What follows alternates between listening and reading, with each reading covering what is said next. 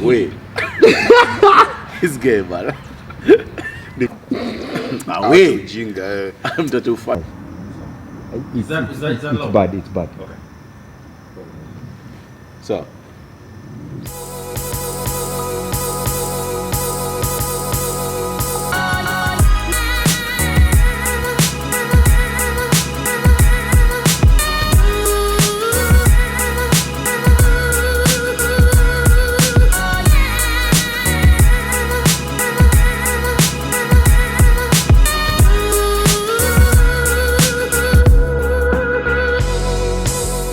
Episode 22, part 3 of Kenya's premier sports video podcast, the 3 Quarters podcast, or if you have a hard time saying that, 3QP. Today being the last day of April in the year of our Lord 2017, we are shooting from the confines of Kilimani, and we have to thank our hosts for giving us this opportunity for bringing episode 22 to you, our fans. We start by thanking our fans. We do not take it for granted that you guys spare about half an hour in a week to watch an episode of the 3 Quarters podcast, or to watch the episode of the 3 Quarters podcast. And on behalf of the 3 Quarters podcast, all we can say is shukran na asanteni sana. With every day that passes, we draw closer to the Rugby World Cup in Japan in 2019. And we do not tire to bring this message of the road to Japan to you, our fans. The Kenya Simbas are about to embark on a big challenge where they try to conquer about 5 nations to honor sport at the Rugby World Cup in Japan in 2019. Therefore, we ask you guys to join the Road to Japan hashtag and support the Kenya Simbas, because these boys are indeed our superstars in the game of rugby in Kenya. This is Ngash, your official noisemaker. Jerengus, Kenyana. And we get into part 3 of the 3 Quarters podcast, where we try to show you that we're not only about rugby. We know about other sports. Various. The variety. So we'll start with, of course, the Premier League wrap-up, which we do weekly. On the 27th of April 2017, we had the Manchester Derby, Manchester City versus Manchester United, which ended 0-0. Manchester United, of course, finishing the game with 10 men, Marwan Fellaini having been sent off. Then, yesterday, 29th April 2017, we had the Premier League, week 35. So we had Crystal Palace lose to Burnley 2-0. We had Southampton draw with Hull 0-0. We had Stoke draw with West Ham 0-0. We had Sunderland lose to Bournemouth 1-0. We had West Brom lose to Leicester 1-0. And therefore, Sunderland losing means that Sunderland have been relegated. Earlier on today, being the 30th of April 2017, we had Manchester United draw with Swansea 1-1. We had Everton lose to Chelsea 3-0. We had Middlesbrough or Borough draw with Manchester City 2-2. And sadly, Arsenal losing in the North London Derby 2-0 to Tottenham Hotspurs. Tomorrow being the 1st of May 2017, we have Watford, who are going to be taking on Liverpool in London. Week 35 has just ended. Any shocking results from this past weekend? Not so much. Yeah. Maybe the Crystal Palace game. Yeah. I thought these guys would have won because they're trying to fight the relegation. So Yeah. them losing Yeah. was a bit of a surprise. But the rest is just panning out visually. Yeah. And I can see both Tottenham and Chelsea are trying to give each other a run over For the last 3 weeks. The last 3 weeks, yeah. Yeah, that's true. I mean, even the Arsenal result has not shocked me, Not so much. because Arsenal haven't been playing up to par, Yeah. and Tottenham have been on an ascendancy. Therefore, it does not shock me that Arsenal lost 2-0 today. Dele Alli and Harry Kane penalty. Sad news. But anyway, that's that. Yeah. From the English Premier League, we take you to the West, the NBA. We're in the postseason of the NBA, and therefore that means we're in the business end of the NBA. I'll read the results real quick, and then you just tell me how you feel about the results and what you see is going to happen. GSW seeing off Portland, clean sweep, 4-0. They meet the winners of the Utah Jazz versus the LA Clippers, which has gone to Game 7. Yep. The Houston Rockets meeting the San Antonio Spurs. Yep. Houston Rockets going through in a 5-game series, 4-1 against the Oklahoma City Thunder. Spurs needing 6 games to beat the Memphis Grizzlies. In the East, we have Boston seeing off Chicago in 6 games, and also Washington seeing off Atlanta Hawks in 6 games. So they meet in the next semifinals, or the conference semifinals, Boston versus Washington Wizards. And Toronto Raptors needing 6 games. Yeah. against the Milwaukee Bucks, coming up against the defending champions, the Cleveland Cavaliers, who swept the Indiana Pacers. With all that I've said there, first, is there any shocker from the first round? No. None. I don't think there's any shocker. Yeah. Apart from, I thought the Houston Rockets, OKC would have gone to maybe game 6 or 7. Yeah. Them having been swept game 5. Yeah. That was only shocker. That was it. It was a blowout in game 5. I was surprised. Not surprised, actually. I mean, Chicago Bulls blew a 2-0 lead. And Isaiah Thomas and the Boston Celtics were able to recover and record 4 wins and therefore go on. But now, in the semifinals, GSW coming up against the winner of Clippers versus Utah. Actually, I think Jazz might edge Clippers. Clippers, yes. Yeah, just maybe a GSW. Jazz. Yeah. Houston Rockets versus San Antonio Spurs. That's a tough one. Yeah. But Rockets have been on the ascendancy, so maybe. Okay. But the Spurs are good defenders, though. Yeah. Boston. Let's see. Okay. Yeah. Boston Celtics versus Washington Wizards. Celtics. And Toronto Raptors versus Cleveland Cavaliers.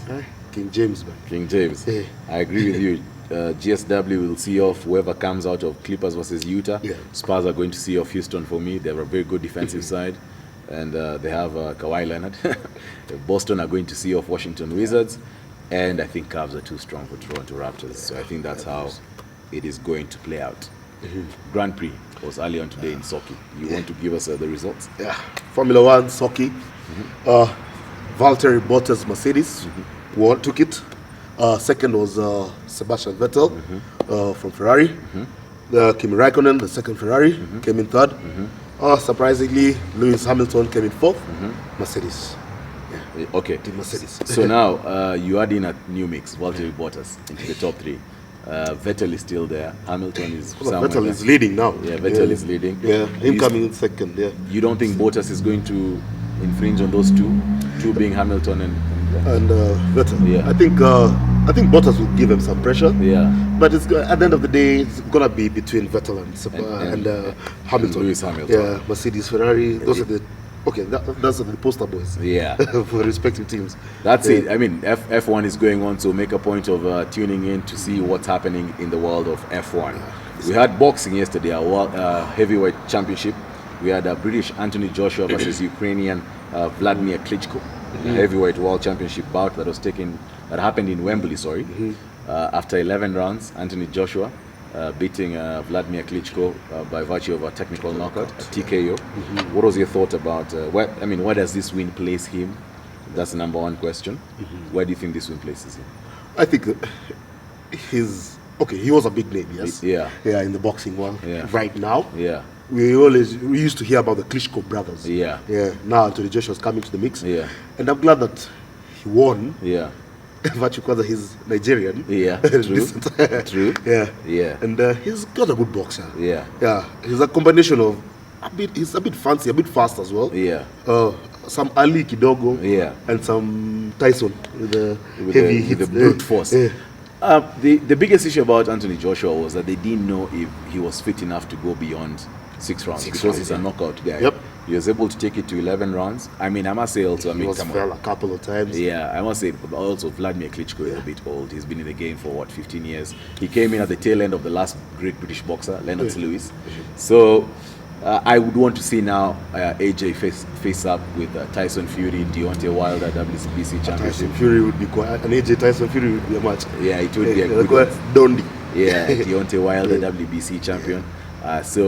It does put him somewhere up there. I think together with, if Fury gets off his ban, him together with Deontay Wilder and Fury and AJ, they'll be at the top there.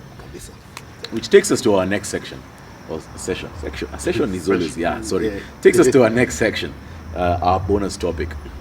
These are topics that we try to lift conversations from bar talk, from when you're chilling with your boys. But a pillow talk, yes, pillow talk, as you say, boxing.